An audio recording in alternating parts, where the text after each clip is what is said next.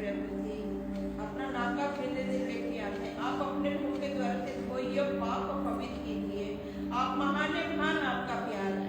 आप अल्फा है, मेगा है, पहला है, अंत है।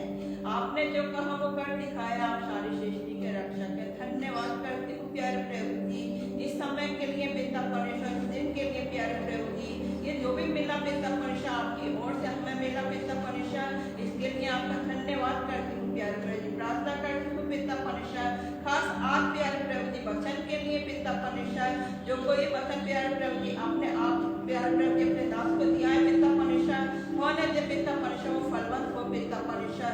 सबसे पहले प्यारे प्रभु जी आप हमारे हृदय को प्यारे प्रभु जी खोल दे पिता परमेश्वर, इस योग्य बनाए पिता परमेश्वर, जब वो वाणी सुनाई जाए पिता परमेश्वर, उसके एक एक शब्द प्यारे प्रभु जी हमारे हृदय में गिरने योग्य हो पिता परमेश्वर, ताकि हम उसको पिता परमेश्वर अमल करने वाले हों, उस वचन के द्वारा हम चलने वाले हों पिता परमेश्वर, उसके द्वारा पिता परमेश्वर हम अपनी जिंदगी में पिता परमेश्वर अनेक कार्य प्यारे प्रभु जी देखने पाए पिता परमेश्वर, होने दे पिता परमेश्वर, उस बीज के द्वारा पिता परमेश्वर हमारी जिंदगी में प्यारे प्रभु जी वो 9 फल पिता परमेश्वर झलकने पाए पिता परमेश्वर।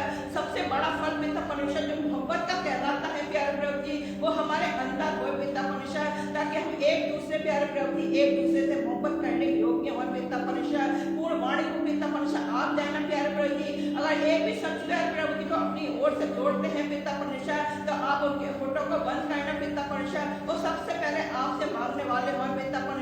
और मेरा विश्वास है प्यारे प्रभु जी कि आप उनको देंगे पिता परमेश्वर, प्यारे प्रभु जी होने दे पिता परमेश्वर, हर एक सब प्यारे प्रभु जी आपकी ओर से होने वाला हो पिता परमेश्वर, होने वाला हो पिता परमेश्वर। जिस जगह वो खड़े पिता परमेश्वर, उनसे पहले आप मौजूद होते हैं पिता परमेश्वर, सर से लेकर पांव तक प्यारे प्रभु जी अपने लहू में अपने सामर्थ्य में उनको छुपाना पिता परमेश्वर, अपने अनुग्रह से भरना पिता परमेश्वर। प्यारे प्रभु जी अब मैं आपसे क्या मांगू पिता परमेश्वर, मांगने से बेहतर आप जानते हैं। मेरी छोटी सी विनती को सुना कबूल करें, आपके पवित्र मीठे नाम में होके मांगती हूँ, आमीन। बैठिए।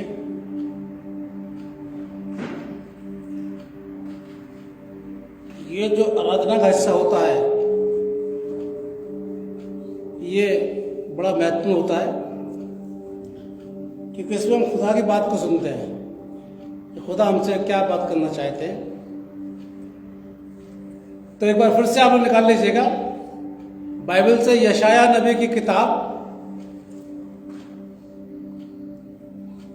और उसका 65 बाब, यशाया उसका 65 और 1 से लेकर के 7 तक मैं आपके सामने पढ़ूंगा। यशाया 65 1 से 7। जो मुझको पूछते भी ना थे वे मेरे खोजी हैं, जो मुझे ढूंढते भी ना थे उन्होंने मुझे पा लिया, और जो जाति मेरी नहीं कहलाई थी उससे ही मैं कहता हूं देख मैं उपस्थित हूं। मैं एक हटीली जाति के लोगों की ओर दिन भर हाथ फैलाए रहा, जो अपनी युक्ति के अनुसार बुरे मार्गों में चलते हैं। ऐसे लोग जो मेरे सामने की बारियों में बलि चढ़ा चढ़ाकर और ईंटों पर धूप जला जलाकर मुझे लगातार क्रोध दिलाते हैं। ये कब्र के बीच बैठते और छिपे हुए स्थानों में रात बिताते, जो सूअर का मांस खाते और घृणित वस्तुओं का रस अपने बर्तनों में रखते, जो कहते हट जा मेरे निकट मत आ, क्योंकि मैं तुझसे पवित्र हूं। ये मेरी नाक में धुएं व उसके आग समान है जो दिन भर जलती रहती है। देखो ये बात मेरे सामने लिखी हुई है, मैं चुप ना रहूंगा, मैं निश्चय बदला लूंगा, वरन तुम्हारे पुरखाओं के भी अधर्म के कामों का बदला तुम्हारे गोद में भर दूंगा।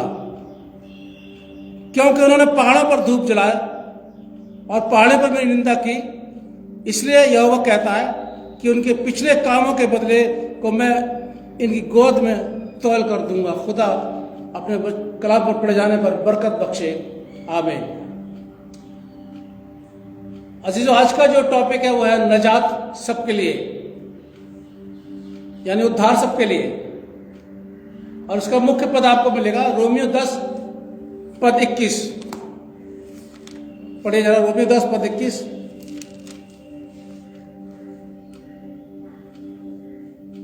परंतु इस्राएल के विषय वो ये कहता है, मैं सारा दिन अपने हाथ एक आज्ञा ना मानने वाली और विवाद करने वाली प्रजा की ओर पसारे रहा।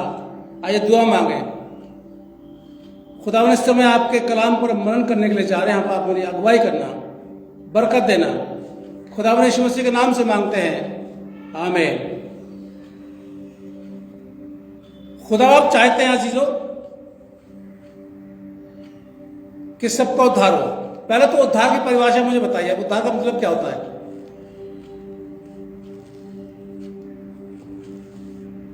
नजात का मतलब क्या होता है? फिर आगे चलूं मैं? चलिए, नहीं पता क्या करें अब। अच्छा, यीशु मसीह चंगाई कितनी देता है? पता, खुदा का शुक्र है मेरे कोई बीमार नहीं आता यहाँ पर, ना कोई दुष्टात्मा वाला आता है। मैं खुदा का बहुत धन्यवाद करता हूँ कि मरे उरे बीमारी नहीं आते, लचके उचके से नहीं आते, सब हैंडसम होकर के आते, बिल्कुल स्मार्ट बन करके। ये खुदा का मैं धन्यवाद करता हूँ। और जगह देखता हूँ दुनिया के बीमार, दुनिया के दुष्टात्मा से ग्रस्त, बेरोजगार, दर्द कंगाल सब भरे रहते हैं। यहाँ पर सब वेल सेटल है आप लोग, अच्छी बात है, खुदा का शुक्र है। चलिए मैं बता देता हूँ आपको उद्धार का मतलब क्या है। यीशु मसीह क्यों आया दुनिया में, ये तो पता होगा? पता ही नहीं, क्या करें बताइए। पता सब बोलते नहीं है। अभी गुड फ्राइडे आ रहा है, बता देंगे हम आपको। चलिए इसको भी छोड़िए, आप उद्धार को भी छोड़िए, गुड फ्राइडे वाले दिन बता देंगे हम आपको, बाकी आप नोट कर लीजिएगा। नजात सबके लिए है, उद्धार सबके लिए है। और खुदा आप चाहते हैं कि सबका उद्धार हो, सबका छुटकारा हो, सब अपने गुनाह से अलग हो जाए और अपनी अच्छी जिंदगी व्यतीत करें।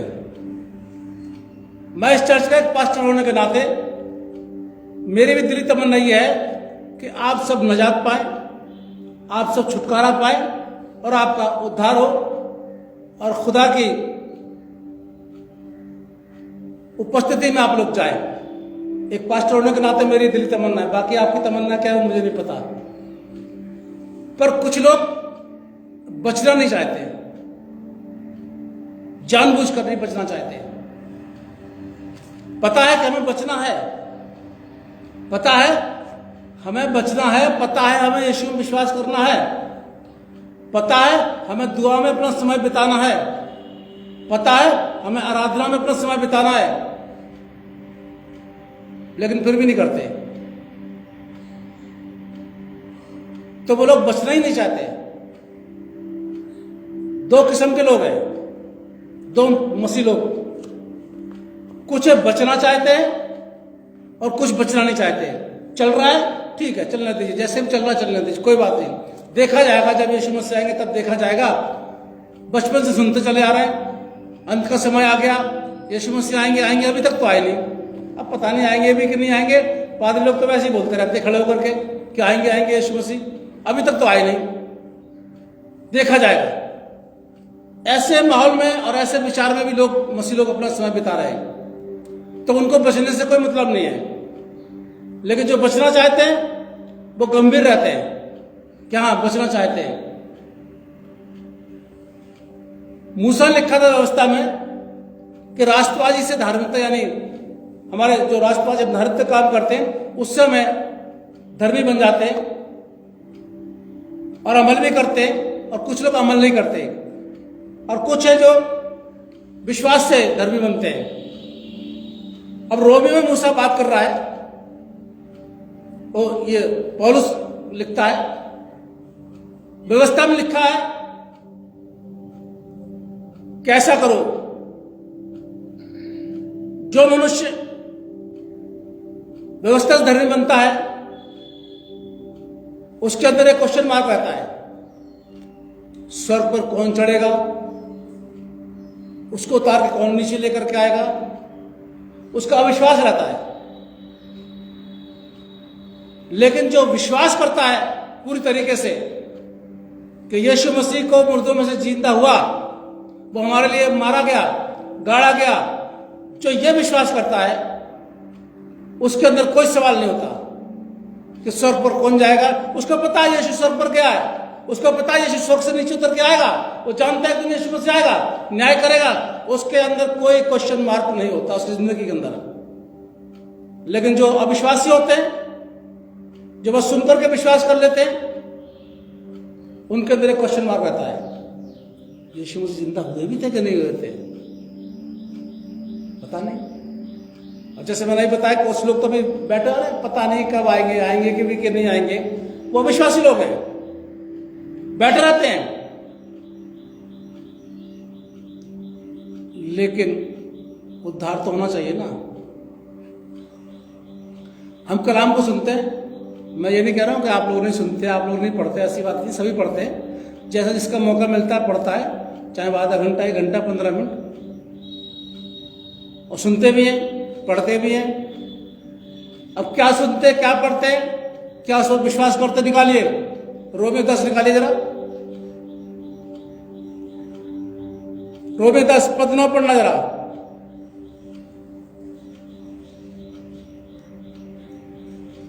कि यदि तू अपने मुंह से यीशु को प्रभु जानकर अंगीकार करे और अपने मन में से विश्वास करे कि परमेश्वर ने उसे मरे हुए में से जिलाया, तो तू निश्चय नजात पाएगा। यह है भरोसा, यह विश्वास जो मूसा की व्यवस्था को क्लियर और कर रहा है कि मुंह से अंगीकार करे तो तू निश्चय उद्धार पाएगा।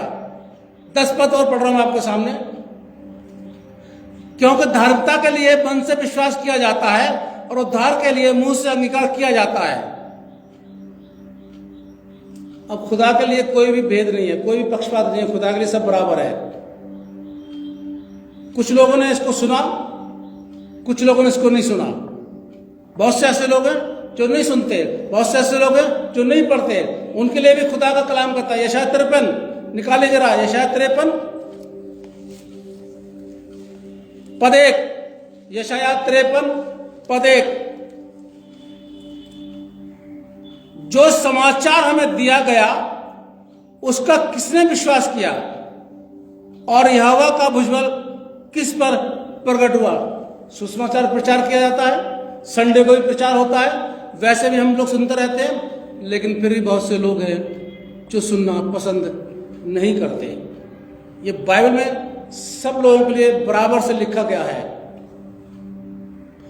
पर खुदा ने फिर भी कुछ लोगों को मौका दिया कि वो अपने पास बुला ले। यशायाह 65 पद 1, अगर किसी को मिल जाता तो पढ़ दिया करिए। यशायाह 65 पद 1। जो मुझको पूछते भी ना थे, देखिए साहब सुनिए, जो मुझको पूछते भी ना थे वो मेरे खोजी हैं। वो मेरे खोजी हैं। ये ऐसे लोगों के लिए बात कर रहे हैं कि जो अंधकार में लोग थे, आज वो भी खुदा को ढूंढ रहे आगे। और जो मुझे ढूंढते भी ना थे, और जो मुझे ढूंढते भी ना थे, उन्होंने मुझे पा लिया। ये खुदा का रहम होता है ऐसे लोगों पर कि जो उनको ढूंढते नहीं थे, जो नहीं सुनते थे, उनको भी खुदा ने अपने पास बुला लिया। कितने खुशकिस्मत लोग हैं ऐसे। आप में से कितने मुझे नहीं पता है, लेकिन ये कितने खुशकिस्मत हैं कि खुदा उनको बुला रहा है। खुदा ढूंढने नहीं, लेकिन खुदा उनको ढूंढ रहा है, बुला रहा है। पूरा करिए साहब इसको। और जो जाति मेरी नहीं थी, हाँ पढ़िए इसको, पढ़िए। और जो जाति मेरी नहीं कहलाती थी, और जो जाति मेरी नहीं कहलाती थी, उससे भी मैं कहता हूँ, उससे भी मैं कहता हूँ, देख मैं उपस्थित हूँ। हालेलुया, देख मैं उपस्थित हूँ। जो मसीह लोग नहीं है, जो इस्राएल लोग नहीं थे, जो मेरी कौम नहीं थी, मैं उनसे भी कहता हूँ मैं हाजिर हूं, मुझसे बात कर। लेकिन फिर भी बहुत से लोग नहीं सुनते। मैंने बताया ना कि खुदा की आवाज़ आती है शनिचर की सुबह रात को और संडे की सुबह वर्शिप करनी है, आती है आवाज़, लेकिन लोग नहीं सुनते। जो लोग उसको ढूंढते नहीं थे वो उनके पास आ गए। और लोगों के लिए वो क्या कहता है, नजात सबके लिए, मैंने बता दिया आपको, सबके लिए नजात है। सब लोग उसके पास आए, सब लोगों को ढूंढा उसने, नजात सबके लिए है। लेकिन फिर भी कुछ लोगों के लिए पता हो क्या बोलता, जरा दूसरा पद पढ़ दीजिए 65 का, इसी का, यशायाह 65:2। मैं एक हठीली जाति के लोगों की, मैं एक हठीली जाति के लोगों की और दिन भर हाथ फैलाए दिन भर हाथ फैलाए रहा, जो अपनी युक्तियों के अनुसार जो अपनी युक्तियों के अनुसार बुरे मार्गों में चलते हैं। जो बुरे मार्गों में चलते हैं। अब हटीली जाति को हटा करके जाति को हटाकर मसीह लगा रहा हूं मैं एक हटीले मसीहों के लिए फैला रहा है, खुदा फैला रहा है। हटीले जिद्दी मसीहों के लिए सुबह तो संडे को खुदा का हाथ फैलाते, आ जाओ आ जाओ आ जाओ भाई आ जाओ, देखो मैं हाथ फैला रहा हूं। मैंने तो लिखी बाइबल और ना मैं पढ़ रहा हूं, भाई सरोवर पढ़ रहे हैं। अब मुझे नहीं पता उनकी बाइबल में सही है कि नहीं सही है। अगर मैं पढ़ रहा होता तो आप कहते हैं पादी साहब ने अपने मन से बोल दिया, गवाह आपके सामने उन्होंने पढ़ा, गलत तो नहीं बोलना जी, यही लिखा ना। हटीली जाति सुबह संडे को मसीहों के सामने हाथ फैलाता है, खुदा भाई आ जाओ, भाई तुम्हारा पादरी आ गया 9 बजे, आ जाओ भाई 10 बजे का है, आज तो ठंड भी नहीं है, आज तो धूप निकल रही है, नाश्ता भी कर लिया, मत करो तो पैरों खा लेना, आ जाओ। मैं तो नहीं जाऊंगा, अरे बुलाता रहे तो होगा, खुदा अपने घर का होगा। ऐसे लोगों की बात कर रहा है। दिन भर हमारे खुदा बुलाते रहते हैं, बुलाते रहते हैं। पर अफसोस की बात है कि कुछ लोग सुनते हैं और कुछ लोग नहीं सुनते। ऐसा नहीं है कि खुदा आपसे नफरत करते हैं, या जो लोग चर्च में नहीं आ रहे खुदा उनसे नफरत करते हैं, या खुदा उनको मार डालना, ऐसा नहीं है। उद्धार उनके लिए भी है, नजात उनके लिए भी है, हमेशा का जीवन उनके लिए भी है। लेकिन दुख होता है ना, पापा एक ही बैठे हुए हैं, दूसरा मैं हूं। बेटे को पापा आवाज देते बुलाते हैं और बेटा नहीं आता है तो भाई सरोवर क्या बीते क्या आपके दिल पर? ईमानदारी से बताना, बिल्कुल बुरा लगेगा ना, मुझे बुरा लगता है। मैं भी जब बच्चों को बुलाता हूं नहीं सुनते, बुरा लगता है। माए बैठी हैं 3, बता दीजिए आप लोग क्या 4 बल्कि, तो खुदा को नहीं बुरा लगता होगा। मम्मी पापा बच्चे से बोल रहे हैं बेटा आ जाओ, बेटा आ जाओ, बेटा ये कर लो, बेटा सो जाओ, बेटा स्कूल चले जाओ, चलो चर्च के बाद तो छोड़ दो। और जब बच्चा नहीं सुनता तो सेम कंडीशन वही है खुदा की तरफ। अब बिल्कुल जो माँ बाप है वो खुदा की तरफ चले जाए। यही हालत खुदा की होती है कि खुदा मोहब्बत करता है, माता पिता अपने बच्चों से मोहब्बत करते हैं, चाहे बच्चे बिगड़े हुए हो चाहे सही हो। लेकिन अगर औलाद नहीं सुनती है माँ बाप का कहना तो दुख होता है। इसी तरीके से अगर खुदा का कहना हम नहीं सुनते, जब वो हाथ फैलाता है आ जाओ आ जाओ, मेरी संगति में आ जाओ, मेरी आराधना करने आ जाओ, और जब हम नहीं सुनते तब वो कहता है ऐसी हटीली जाति, ऐसे ढीठ लोगों के लिए मैं हाथ फैला लेता हूं। ये मेरा बेटा बहुत निकम्मा हो गया है, मैं इसको बहुत बुलाता हूं, ये निकम्मा हो गया। हमारे मुंह से भी निकल जाता है क्योंकि हमारी औलाद निकम्मी हो जाती है और हम भी खुदा की औलाद है। गंभीरता से लेना पड़ेगा क्योंकि खुदा की तरफ से नजात सबके लिए है। जिसने अपने गुनाहों से तौबा कर ली उसको नजात मिल गई, जिसने खुदा में यीशु मसीह में विश्वास कर लिया उसको नजात मिल गई। बिल्कुल सबके लिए है। यही नहीं है कि सब मसीह कौम के लिए है या ईसाइयों के लिए, इसराइलियों के लिए, नहीं, सबके लिए। XYZ कोई भी आकर के खुदा को कबूल कर सकता है, नजात उसको मिल जाएगी। अब ऐसे मामले में अगर बिल्कुल खुला हुआ मिला हुआ है, ओपन क्या कहते हैं उसको, ऑफर, तो उस ऑफर को अगर हम ठुकरा देते तो ये हमारे लिए बड़े अफसोस की बात है। गंभीर होना पड़ेगा साहब, आप लोगों को, मसीहों को गंभीर होना पड़ेगा। हंसी मजाक बहुत हो गया, एक तरफ रहना पड़ेगा। जिंदगी का मकसद और जिंदगी को अपने आगे बढ़ाने के लिए एक डिसीजन लेना पड़ेगा, बिल्कुल एक सिंगल, या इधर या उधर। या तो खुदा को मानिए या खुदा को मत मानिए, या तो नजात के लिए कोशिश करिए या मत कीजिए। और नजात के लिए कोशिश क्या करनी है हमने और आपने, क्या करनी, कोई पैसा खर्चा करना होता है, क्या करना होता है, मुंह से अंगीकार करना होता है ना, दिल से विश्वास करना होता है, मुंह से अंगीकार करना होता है। क्या करना होता है कि यीशु मसीह हमारे लिए मरा, गाड़ा गया और खुदा ने उसको जिंदा कर दिया। यही तो विश्वास करना है, और क्या करना है। इसमें कौन सा तो टाइम लगता है और कौन सा पैसा खर्चा होता है। ना तो पैसा खर्च होता ना टाइम लगता है। लेकिन दुख की बात तो यह है कि आज हटीले मसीह लोग ये भी नहीं करते। खैर, ये इस्राएलियों के लिए बोला था, जो भी मैंने पुराने नियम से आपको पढ़वाया ना, इस्राएलियों के लिए। लेकिन ये आज हमारे ऊपर भी लागू होता है, बस्तियों के लिए भी होता है लागू। अब एक चीज और बता दूं मैं, अभी बाइबल से पढ़ा गया पतरस से, न्याय जो है ना, वो जो हम लोग कहते ना, वो मैं पिछले संडे बता रहा था, प्रभु में बता रहा था ना, हम प्रभु में है, हम प्रभु में है।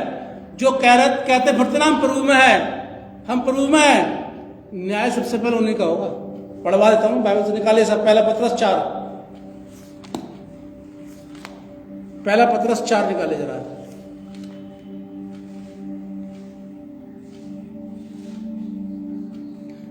और 17 सब लोग निकाल लीजिए इसको, सब लोग निकाल लीजिए। पहला पतरस 4 और 17 पद जरा पढ़िए।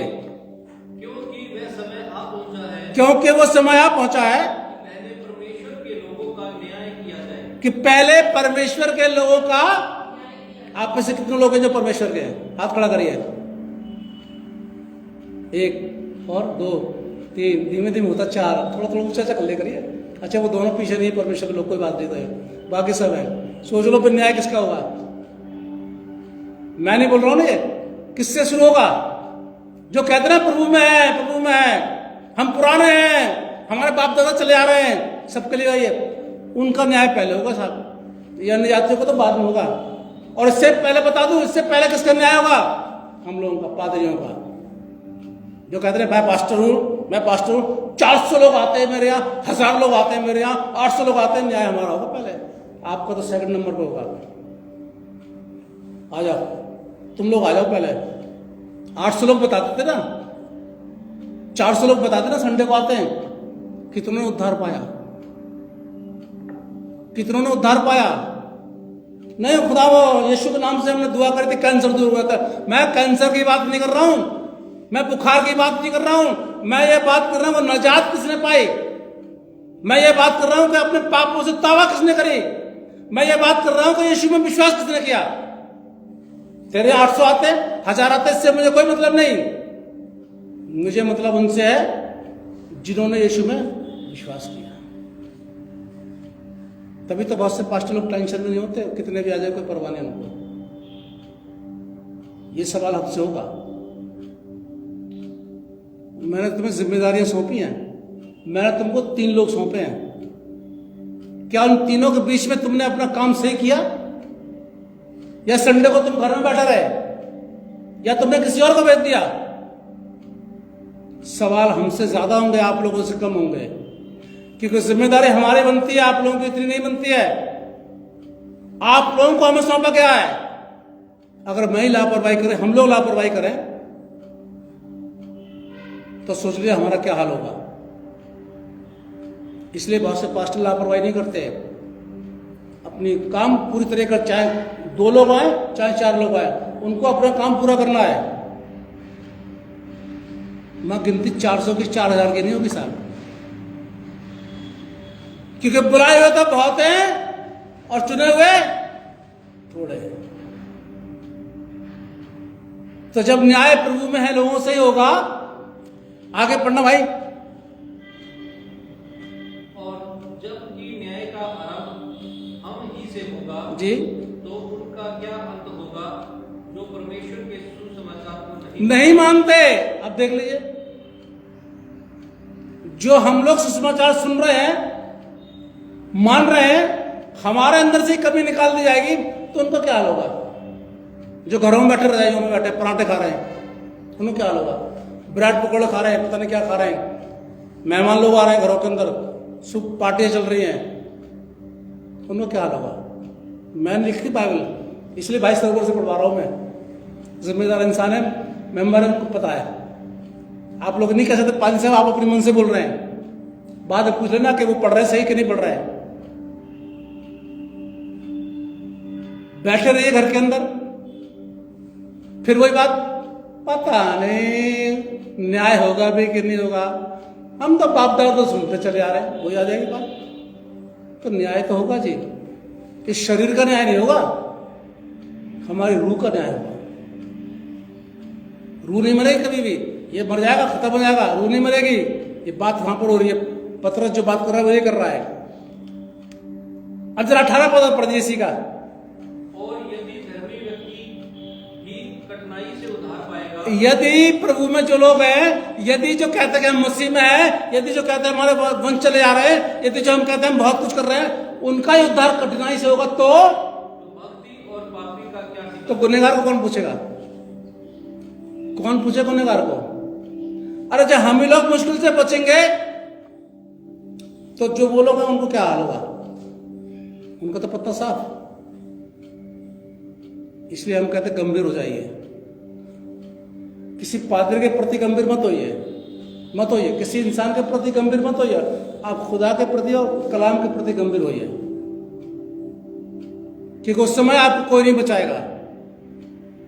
और एक बात और बता दूं क्लियर, इसी जन्म में न्याय हो जाएगा। जन्म से मतलब ये जिंदगी में, इसी में हो जाएगा। और हो रहा है, हो रहा है, बहुत से का हो रहा है।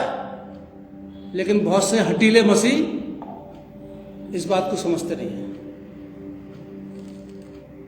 मैं ये नहीं कह रहा हूं कि कष्ट नहीं आते, सब पर कष्ट आते हैं, मेरे पर भी आते हैं। ऐसा नहीं कि हम पास्टरों पर कष्ट नहीं आते, आते हैं। बीमारियां भी आती है, तंगी भी होती है, आते, सब कुछ आते हैं। लेकिन हम माथा पकड़ के नहीं रोते हैं। हाय हाय पादरी साहब को दुआ करने के लिए वहां रोना शुरू कर दिया। ऐसा नहीं होता है। खुदा के प्रति वफादार रहना चाहिए, क्योंकि खुदा नजात सबको दे रहा है। धूप सबको मिल रही है, सबको धूप मिल रही है, चाहे वो यीशु मसीह विश्वास कर रहे हैं या नहीं कर रहे हैं। धूप सबको मिल रही है, बारिश सबके लिए हो रही है, सर्दी सबके लिए हो रही है। लेकिन जो गंभीर हैं उनके लिए प्रतिफल है बहुत बड़ा। मेरे अजीजों, आज एक संकल्प कर लीजिए पूरी तरीके से कि हम खुदा के प्रति वफादार रहेंगे, उसके कलाम के प्रति वफादार रहेंगे। आसमान के झरोखे ना खुदा खोल दे तो आप चर्च आना बंद कर देना। देख लीजिए, अगर खुदा आपके लिए आसमान के झरोखे ना खोल दे बरकतों के, तो चर्च आना बंद कर देना। कहना पैसा आपने झूठ बोला था। अब ऐसे झरोखे नहीं, गाड़ियां कोठे बंगले हो जाए आपके पास में, ऐसा नहीं करेगा। मैं पहले बता दूं आप लोगों को, रूहानी बरकतें आपको इतनी मिलेंगी कि जिंदगी में अगर कितने भी कष्ट आपके जीवन के अंदर आ जाए, आपका चेहरा कभी लटकेगा नहीं, कभी मायूस नहीं होंगे, कभी दूसरे के सामने अपना दुखड़ा नहीं रोएंगे, क्योंकि आपको पता है कि खुदा ने मेरे लिए आसमानी झरोखे खोल दिए हैं। बहुत से लोग ऐसे हैं, बहुत से लोग ऐसे हैं, बड़े बड़े कष्ट उनके ऊपर आ जाते हैं जीवन के अंदर, लेकिन फिर भी आप देखते हो हंसते रहते हैं, अपना रोना नहीं रोते, दुखड़ा किसी को नहीं रोते, खासतौर से पादरियों के सामने रोते। अरे पादरी साहब ऐसा हो गया, वैसा हो गया। पादरी भी तो इंसान है भाई। नजात सबके लिए है, खुदा की तरफ से बरकतें सबके लिए है। खुदा किसी का पक्षपात नहीं करता, लेकिन कुछ ऐसे कि भाई हथेली जाते के लिए वो हाथ फैला रहता है। फिर से सुन लीजिए, अगर न्याय हम ही से होगा तो उनका क्या हाल होगा जिन्होंने सुसमाचार पर विश्वास नहीं किया। अगर धर्मी व्यक्ति कठिनाई से उद्धार पाएगा तो गुनहगार का क्या हाल होगा। इसलिए जिससे कान हो वो सुन ले कि खुदा कलाम मसीहों से क्या कहता है। मैं सारा दिन हटीले मसीहों के सामने हाथ फैलाए रहा। खुदा आप सबको बहुत बड़ी बरकत दे। आइए दुआ मांगे। खुदावन आपका शुक्रिया अदा करते हैं आज के इस कलाम के लिए जो आपने हमको दिया। हमने वो दिया, हम चाहते बढ़े, लेकिन इसमें हमारी मर्जी नहीं बल्कि आपकी मर्जी पूरी हो। और जितनों ने आज कलाम सुना है उन सबको आप बहुत बड़ी बरकत दे रहे हो। खुदावन यीशु मसीह के नाम से मांगते हैं, आमीन।